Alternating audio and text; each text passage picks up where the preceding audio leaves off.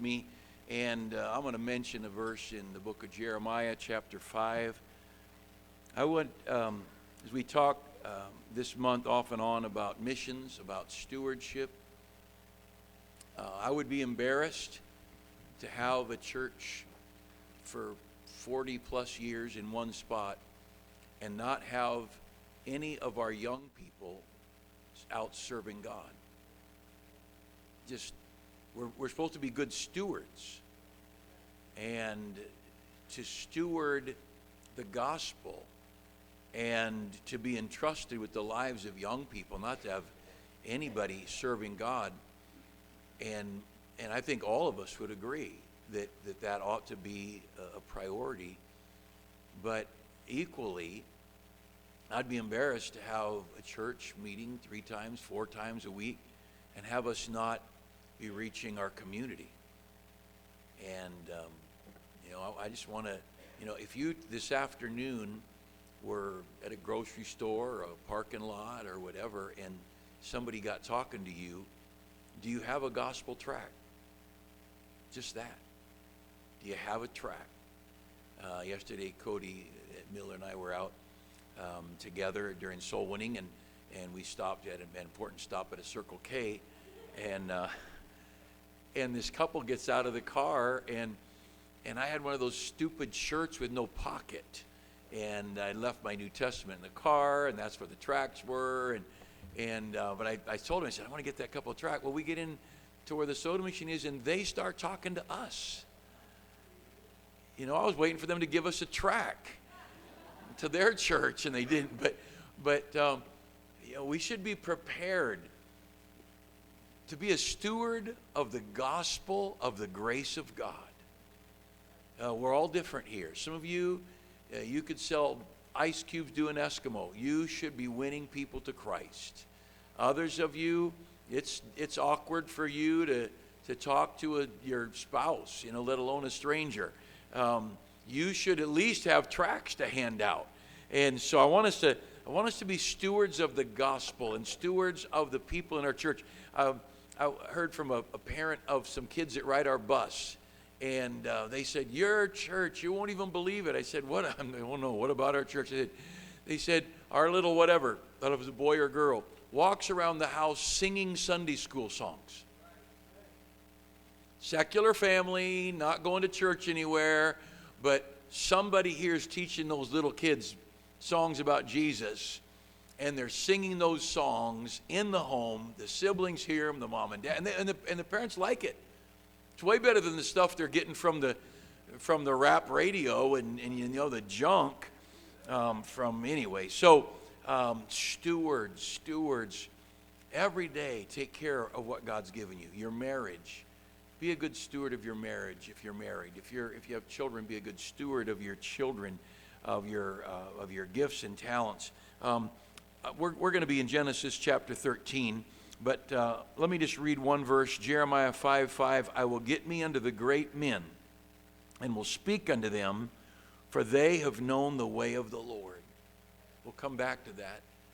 I will get me unto the great men. Let's go over to Genesis 13, and let's stand for just a moment if you need to stretch. If it's hard for you to, if you just got settled, that's all right, stay there. I know as you get older, you need to, I know some of us at my point, I need to move. If I sit too long, it hurts to get up. Genesis chapter 13, the story of Abraham. Abraham has become wealthy. Genesis 13:2, and Abraham was very rich in cattle, in silver, and in gold. And he's on his way, and we're going to read more of the verses in a minute, but I want you to notice verse 7, there was a strife between the herdmen of Abram's cattle and the herdmen of Lot's cattle. Lot was his nephew. And the Canaanite and the Perizzite dwelt in the land. And Abram said to Lot, let there be no strife, I pray thee, between me and thee, between my herdmen and thy herdmen, for we be brethren. By the way, the older, more mature, the better Christian is always going to be the peace lover, the one who seeks peace. It would be good if the young person had enough sense to not allow strife between them and older Christians, older leaders, but most young people are dumb as a rock. But Abraham initiated it. Let's don't have any strife. Verse 9 is not the whole land before thee? Separate thyself, I pray thee, from me. If thou wilt take the left hand, then I'll go to the right. Or if thou depart to the right, I'll go to the left. And Lot lifted up his eyes and beheld all the plain of Jordan, that it was well watered everywhere, before the Lord destroyed Sodom and Gomorrah, even as the garden of the Lord, like the land of Egypt, as thou comest to Zoar. Then Lot chose him all the plain of Jordan, and Lot journeyed east, and they separated themselves the one from the other.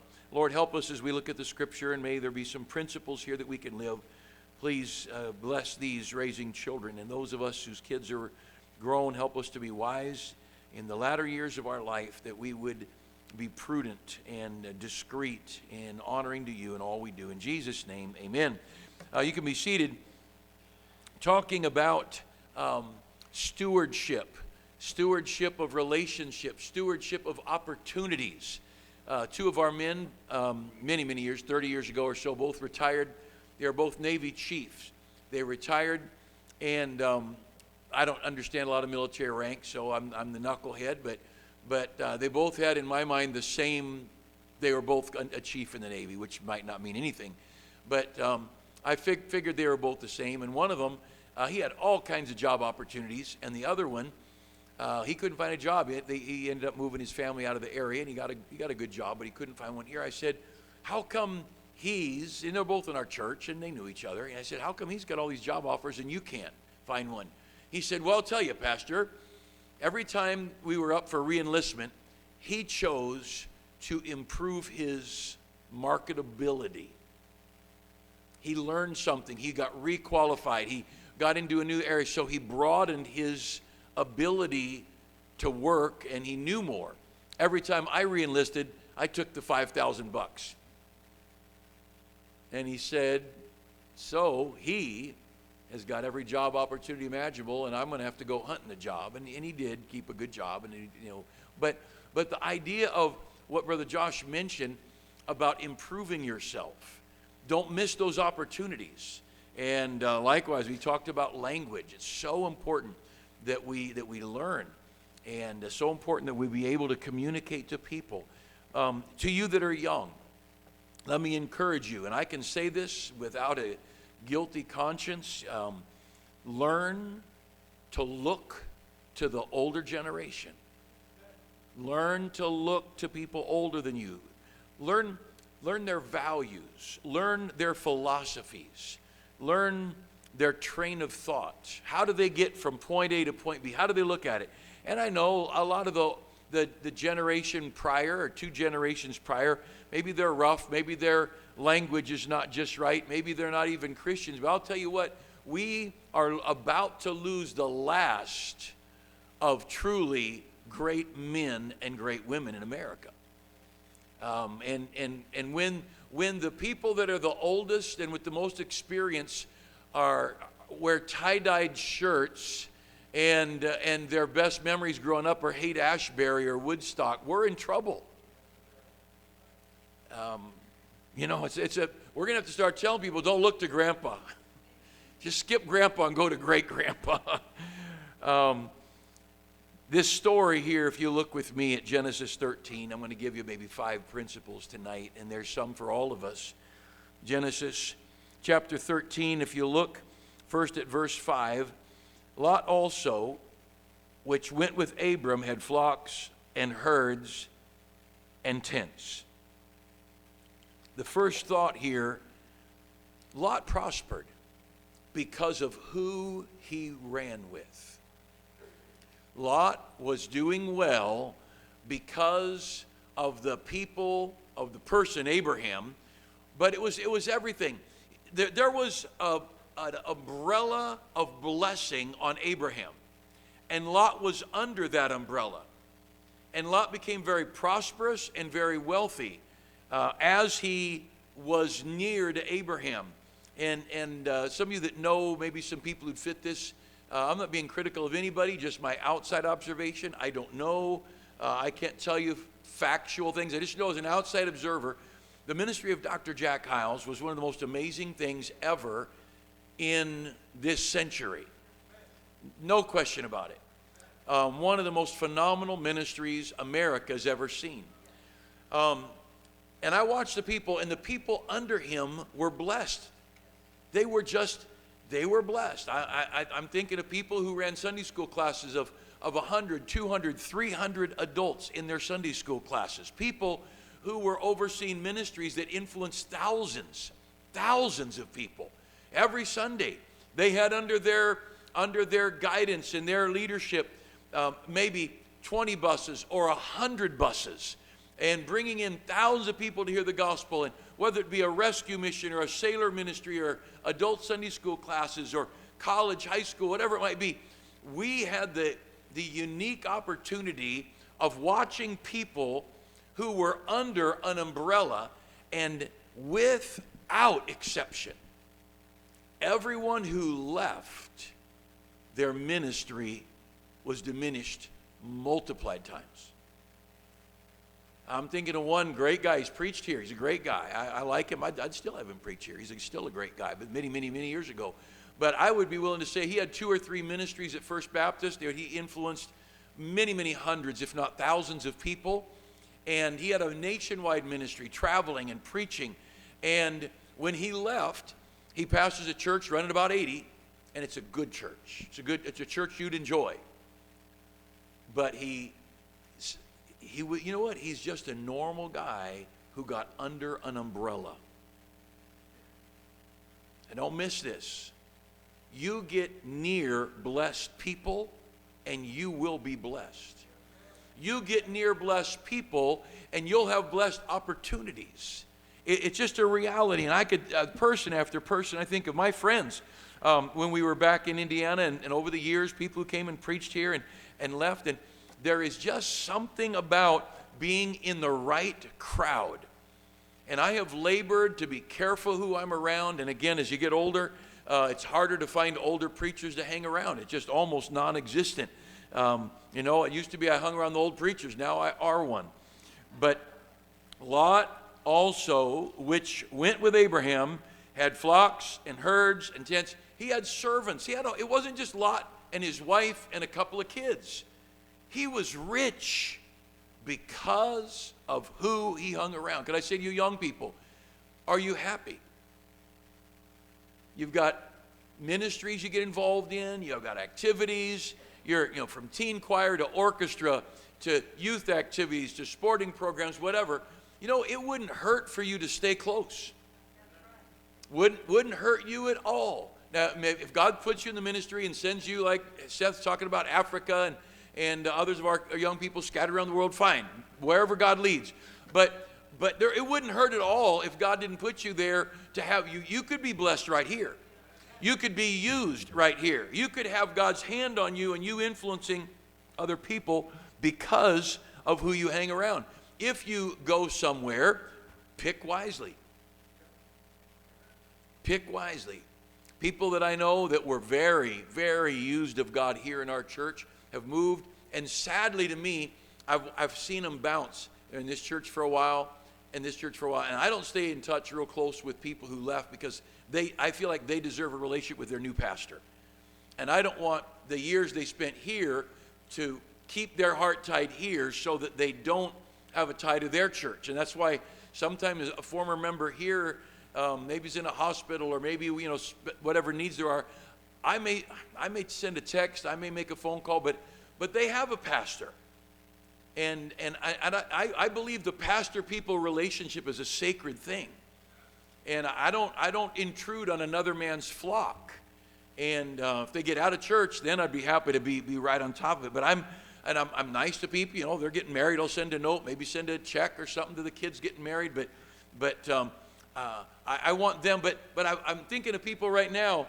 that have gone from this place to this place to this place, people who would preach in a rest home, people who would teach a Sunday school class, work on a bus route, and God used them, and now they're in this church, and it seems like, maybe I talk to them once a year, and every time I talk to them, they're in a new church. I think, don't do that. Find a church. Find a good church, a good ministry, and lock into that place and give your heart to the work of God. You know what a bonsai tree is? It's it looks real, only it's a miniature of the real thing. And it doesn't produce real fruit. And supposedly how they do it is they pluck it up, cut the taproot, and replant it. Then wait a while, pluck it up, cut the taproot. And if you keep replanting yourself spiritually, you're going to end up being a bonsai Christian. A cute little imitation that someone puts on the shelf, but they never eat an orange. And I don't want to be that kind of Christian. Lot, number one, Lot prospered because he was, and prospered, I'm saying economically, because of who he ran with. Number two, if you look a little bit further, in the verses, verse 7. And there was a strife between the herdmen of Abram's cattle and the herdmen of Lot's cattle. Do you think you can have two people managing a joint business and never have a conflict? Have you never had a conflict in your job?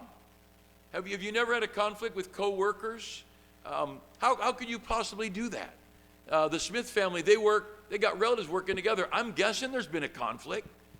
I don't know.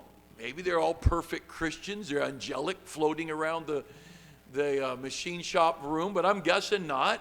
We're human. And see, here's the danger that happens. You're in this blessed relationship. Might be you and your parents, or you and your church, or you and your boss, or whatever it might be. And things are going well. And again, I'm talking about stewarding circumstances, stewarding what God has given you. And so here you are blessed, but you have a little conflict here. And so you take your ball and you run away. What are you thinking? Do you think you could go somewhere and never have a conflict? You think you could go somewhere and not clash? Who are you going to live with? If you're taking your spouse with you, you're going to have an argument. If you're taking your adult children with you, you're going to have a difficulty. If you're going to be, unless you're going to go be a hermit in the mountains, and then you're going to conflict with the game warden or somebody who says, you don't have a pass to walk in these woods. And I get so irritated. You're going to pull over on a turnout because you're going to throw up, and they're going to come by and say, you need a $5 pass to park here. Yeah, I'm going to pass what's in my stomach into your face. That's what I'm going to do. A bunch of greedy, money-hungry people who are giving our billions away to other countries and other people. And anyway, I got political opinions. And I happen to be right. Number one, Lot was blessed. Number two, we all have conflict. We have conflict. It's going to happen. I labor with our staff to never have a conflict. And I've got staff here, and I can say this freely. You could look awful hard before you find conflict with our staff. At least between me and the staff. They may hate each other. But we have a peaceful staff, but we are human, and someone's going to mess something up and forget or overstep, or someone's going to pick up a job that's not. That's probably the biggest conflict we have on our staff. People picking up jobs that aren't theirs. Stop it. You got a job to do, and you're doing enough. Now stop it. Quit. Give it to Rachel. She never does nothing. No. I've got a bunch of catch-alls on my staff. But you're going to have a conflict, but don't be so foolish to think moving somewhere else, give me any reason why Lot needed to leave. There's no reason. Everything was fine except the strife. What was the strife? Look back at the verse. Why was there strife? All right, look at verse 7. And there was a strife between Abraham and Lot. Is that what it says? No, some carnal employees were fussing. Fire them. Give them 2 weeks' pay and tell them to go down the road. There wasn't a problem between Lot and Abraham.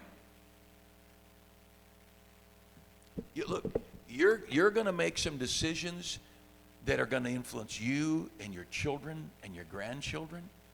Be careful to steward opportunities. Be careful to steward circumstances. And here Lot, all right, you got a conflict, and he just packs up and goes.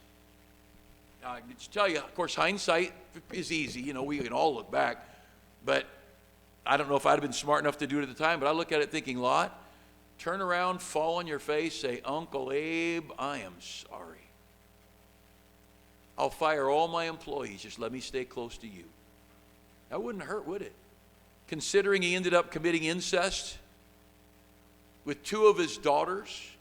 giving birth to two nations that God condemned that they could not be a part of the nation of Israel. I'd say a little humbling before Abraham would have worked way, way better than that. We sometimes walk away from a conflict into, out of the frying pan into the fire, you know that Bible verse.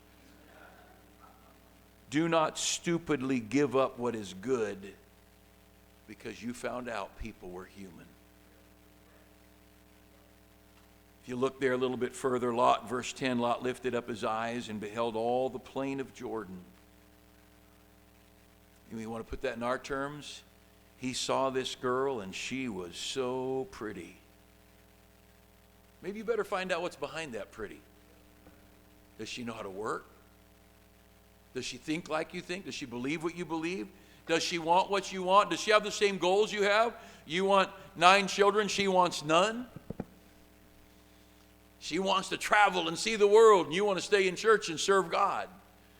You know, the romance, boy, I could just, here we are, you're this young guy in a good church, good family, and good school, and you got this, I got a dream of doing this in this career. Do people in that career go to church? Are those people playing ball today? I saw a few minutes of a couple of different football games today. You know what I know about all those guys? None of them were in church today. Hey, if you offered me my Christian family or all the money all those football players make together, I'd take my family. And we get so stupid. We sit here, Uncle Abraham, so there's a little fussing going on, and he looks down and he sees, man, look at that car they drive. They got a Mercedes convertible. And look at that girl. Look at that. I'm thinking now of a young man that some of you older, way back Faith Baptist people would know. A good young man. He got saved, started coming to church, public school kid before our Christian school. Oh, he was doing good. And he was a young man who was gifted in about every area imaginable until he met, and he was kind of a cowboyish sort of a kid, but a good kid. And he met the rodeo queen in a local rodeo. Honest, Hemet had a rodeo, and this good-looking girl in her rodeo outfit, and we lost him just like that. Wasn't a couple of months before he was completely out of church. Wasn't a few months more, we lost track of him. Then I hear about him. He died in an accident, and before he was 22 years old, he was gone. He saw the well-watered plain. He said, "Whoa, is she cute?" And she's smiling at me. Let me tell you something. If she's cute and she's smiling at you, she's either blind or there's someone standing behind you.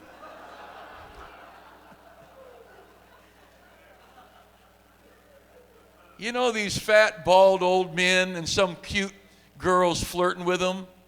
You know government secrets, and she works for that guy who videos people giving away governments. You're not cute. You're old, and you look fine to somebody that looks like you. You know what happens? You see a car that looks so cool, but you can't really afford it. Can you afford those payments? If you can go down and you can buy that really classy car and buy it cash or pay it off quickly and it's not a big deal, buy the cool car. But you young people, don't you fall? Look, a car is, my mom and I were driving today, and there's just a pickup, and it was on a flatbed truck. Someone was, they towed it up there, and I looked at that and I said, that used to be a new truck. It's rusted, beat up, and being towed. And here you are, you're coveting. You're making life's decisions. Foolish choices. You get this car, you get all this house, and you're trying to figure out, let's see if we can squeeze enough money together to get this house. If you've got to squeeze and figure it out, maybe you should not do it.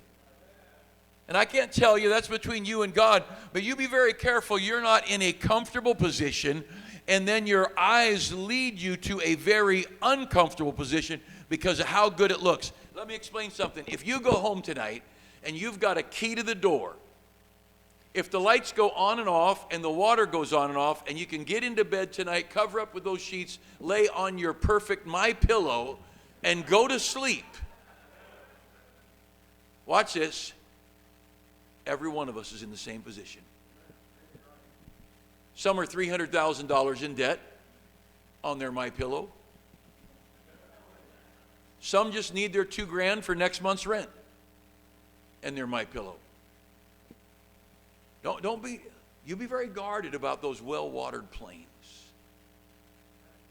You know, and one of the problems that happens, I think, sometimes young people, especially young men, young ladies too, Lot saw Abraham prosper.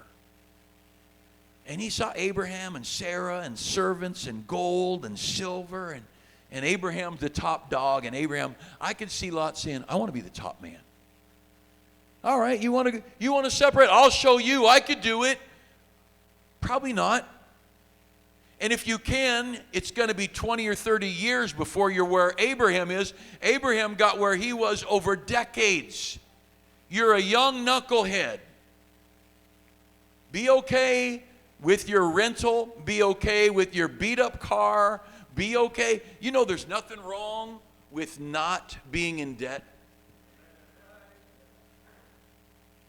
Lot in verse 10 lifted up his eyes and beheld all the plain of Jordan. I cannot begin to tell you all the hurt that has come about because people saw. On the rooftop, David saw. Just looking. Samson, he goes and sees down in the Philistines, and he sees this gal. He goes to his parents and said, get me that girl. He had yet to talk to her. Men are stupid. Just stupid. If you look at verse 10, it says, and Lot lifted up his eyes and beheld. Number 3, I'd like to encourage you, be careful what you look at. Be careful what you look at. Mrs. Goddard and I, again, we've been here. She knows most everything that goes on around here. And if somebody comes with personal things to me, I don't go blabber. Don't go to her and say, you know, Pastor and I were talking, because she's got no idea. We don't gossip. And if we do, we don't tell anybody. Like that song. We don't go around repeating gossip, so you better be sure and listen close the first time. It's from Hee Haw 101. But Lot lifted up his eyes and beheld. Mrs. Goddard and I could tell you family after family. And here's what happens. Here's Abraham blessed. And here's Lot blessed. But Lot's kids get hanging around their cousins. We spend our vacations together with the cousins. Well, the cousins don't go to church hardly ever. And they've got quads and dune buggies and wave runners and a ski boat. And Abraham, we just work all the time. And if you're not careful, your kids are going to see the fruit of a godless life. And our children are going to become disgruntled with the philosophies and the lifestyle of the old man who had God on him. And they're going to start coveting what they see among their relatives. But understand this, your kids don't see your relatives when they're drunk and stupid and fighting and divorced, and when the kids are immoral, and at 25 they're in a drug rehab. All your kids see is the toys. See, all Lot saw when he looked down into the well-watered plains of Jordan, he saw city and beautiful crops and grain and herds and flocks. He didn't see a bunch of sodomites. He didn't see the filthy moral depravity. He didn't see the vulgar, vile living, and he sure didn't see the fire of God falling when God burned that place up. You be careful when you're here under the well-watered, or when you're here under the umbrella of the blessing of God, that you don't get coveting the well-watered plains and I just want to have what all the other girls have. What all the other girls have as a general rule is shared custody. That's what they normally have. Because their marriage didn't work out because they married a dream boat and they got a tugboat or a sunken ship. And they thought, and the same with guys. You guys, oh man, this beautiful girl. Hey, let me just give you a hint. A beautiful girl that won't kiss you is not pretty anymore. Just a hint for the women here. No, now it got quiet. You see, we need some marriage preaching going on around here.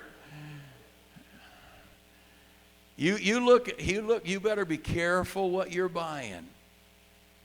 Get that romantic career. How many people have we all known who joined the Marine Corps because they were tired of being told what to do? I can't tell you how many times I've heard that. Do people stay that? I mean, are you really that stupid? You want to be a Marine, be a Marine. But don't be a Marine because you're tired of being told what to do. You never will stop being told what to do. Crazy. We can get jealous of our siblings. You're the one who goes to church. You're the one who pays Christian school tuition.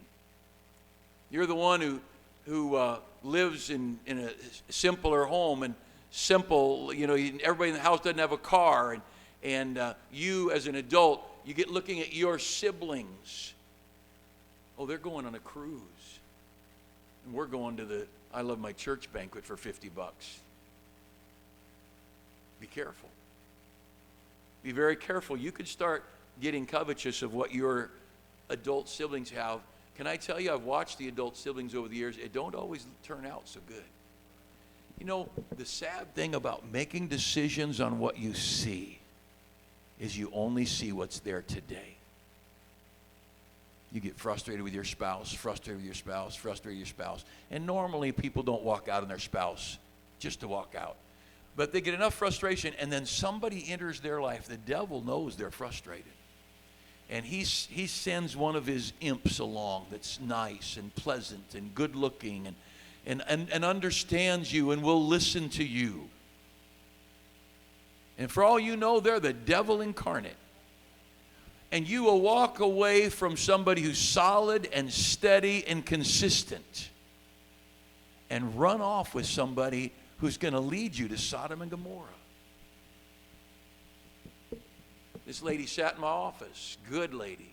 She said, my husband went to work every day, came home every night, and to be honest, he was boring. We had good kids, we had a good home, bills were paid, he was not a drinker, smoker, didn't use drugs. He was just a boring good man. She, in her folly, Christian lady, meets a bubbly, happy, exciting, devil-may-care guy and ends up getting involved with him, walking out on her husband to go to Sodom with the guy who consistently was unfaithful to her, who consistently failed financially for her, and then ended up splitting up that marriage. Don't be a fool. Don't get very, very careful. Young people, don't get too wrapped up in what your school friends have and what they do. We look at verse 10. He says, he lifted up his eyes, beheld all the plain of Jordan where it was well watered everywhere. Before the Lord destroyed it, it was pretty. Should have seen it after. And it sounds like Pacific Palisades. And I do grieve for those people. It's still, no matter what they are, it's still lost. But look at verse 11. Then Lot chose him all the plain of Jordan. He chose, and they separated themselves one from the other. Abraham dwelt in the land of Canaan, Lot dwelt in the cities of the plain, and pitched his tent toward Sodom. In the 13:13, the first time sin or sinner is used in your Bible, the men of Sodom were wicked and sinners before the Lord exceedingly. Lot looked. He looked at people. Be very careful you don't look at people. He looked at their stuff. He didn't look at the people. Be careful you don't look at the car and the vacation pictures, and you don't let social media post. No one posts their picture. No one, I don't know, I don't do any social media, but people usually advertise their good days, not their bad days. But Lot is looking at their good days. Lot's looking at their prosperity. He sees their farms and their land and all that stuff, and he doesn't look at them. Any idea what the kids are like down in Sodom? Any idea what the marriages are like down in Sodom? Any idea what the schools are like in Sodom? Hey, how is the retirement of these Sodomites? How are they doing in their 50s and 60s and 70s? Number 4, look at the people, not the stuff. Look at the people, not the stuff. The Bible says the way of the transgressor is hard. Look at the way God treated Sodom and Gomorrah. Look at the way they treated one another. The first night the angels are down in Sodom, the whole town comes out and they want to push perversion on Lot's household. Look at the way morality is treated. You get looking at the lifestyle of the rich and the famous. You know what? I wouldn't look at a show called the life of rich, famous Asians. I'm not going to look at that.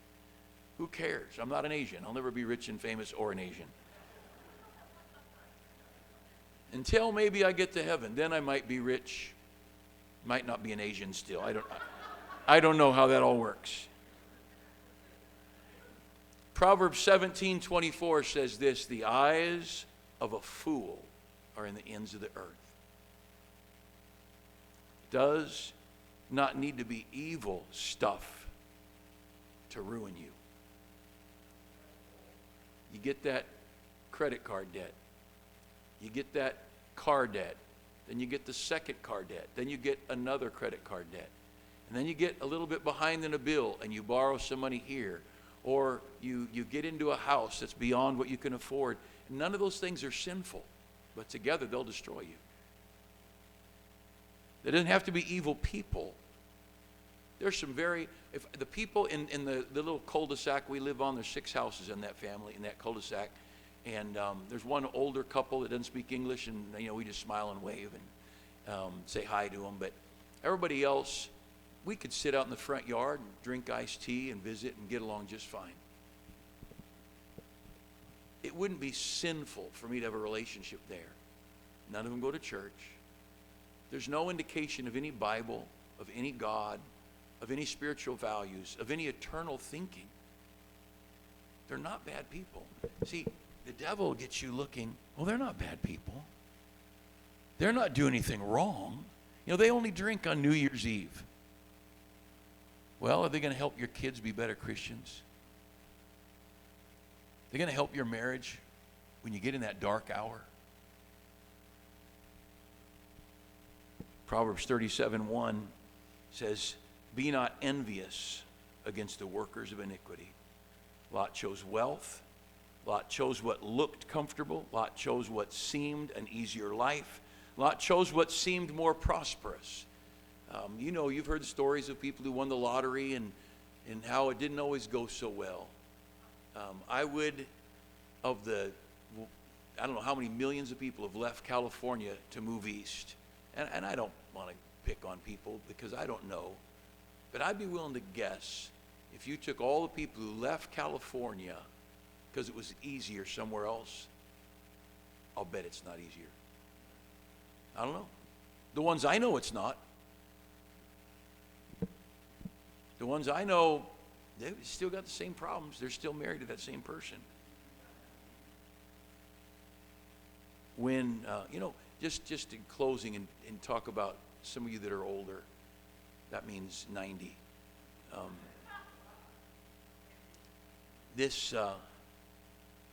Many years ago, a good man, he was the first man in our church to go soul winning with me. He went out knocking on doors with me before the first Sunday of our church. He's a good guy.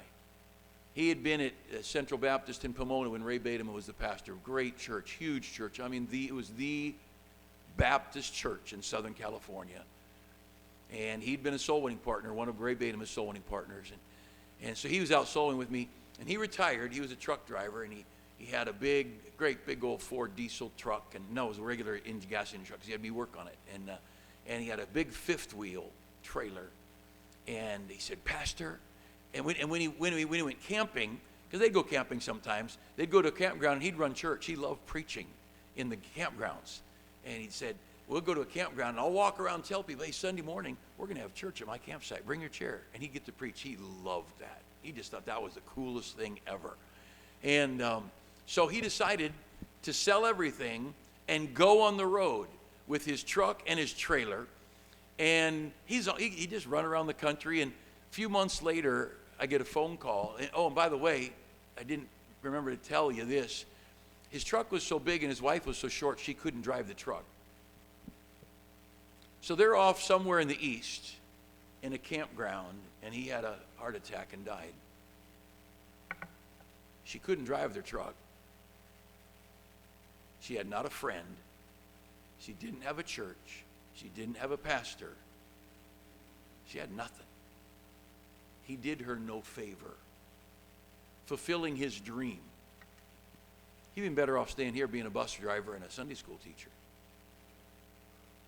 Another good man. And these are good people. These aren't people making sinful decisions. These are making poor stewardship decisions. Another good man.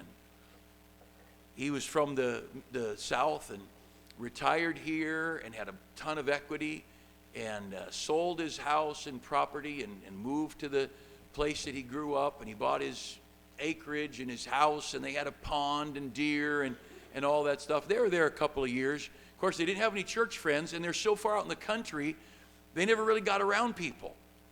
And they'd go to church, but you go to church for an hour in a strange church, you're in your 60s, and when you're older, it's hard to make friends. People here in this room, we've been friends for years. And, I could never replace the Beal family. We've been friends for 40 years. How do I ever get a 40-year friend?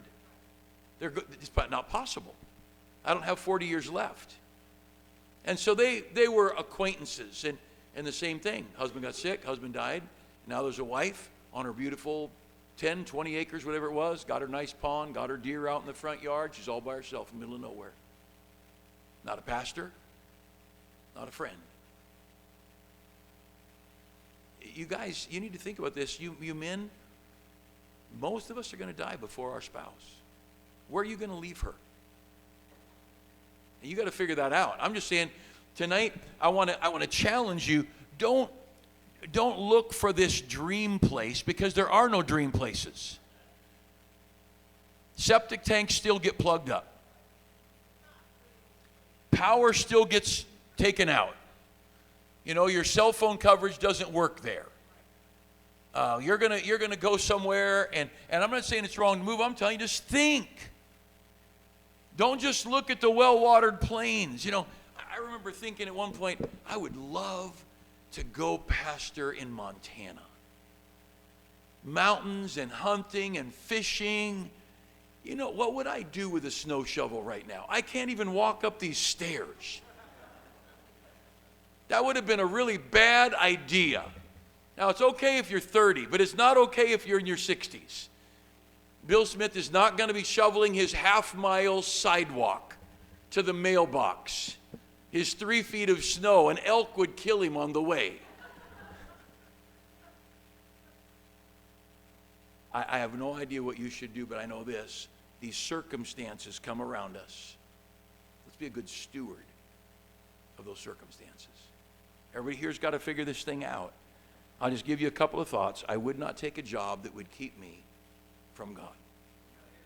It's hard these days to find a job that you're going to never miss church. It's going to happen once in a while, but I want to be able to serve God. I couldn't move somewhere where my wife and children could not have a good church, an active part in a good church. Where I couldn't say to my kids, we got a good preacher. You trust that guy. I couldn't do it. Life is too short.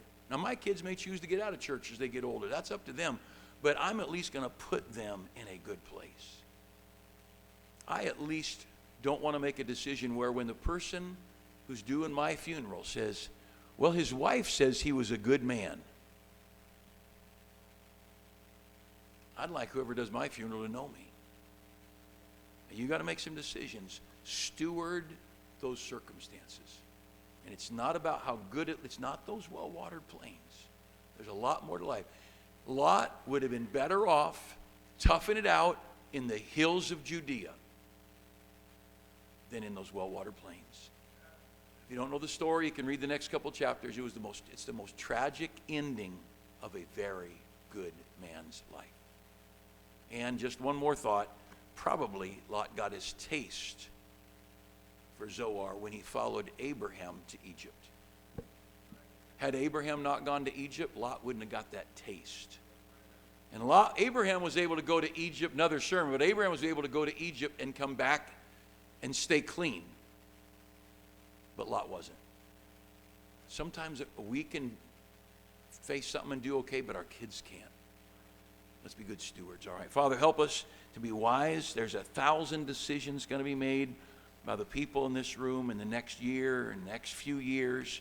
Everything from college to school to church to housing and debt and all these things. I pray you'd help us be very careful, very guarded. A lot of young people here, may they be careful in picking a spouse, picking a career. Lord, help us that we wouldn't get to the end of the road and just be a mess. The end of Lot's story is just tragic. Help us to choose carefully, and help us to be willing to stick under the direction and the oversight and that umbrella of blessings of the godly older people that you put in our lives. We ask your help, please, in Jesus' name. Amen. Let's stand for a moment of invitation.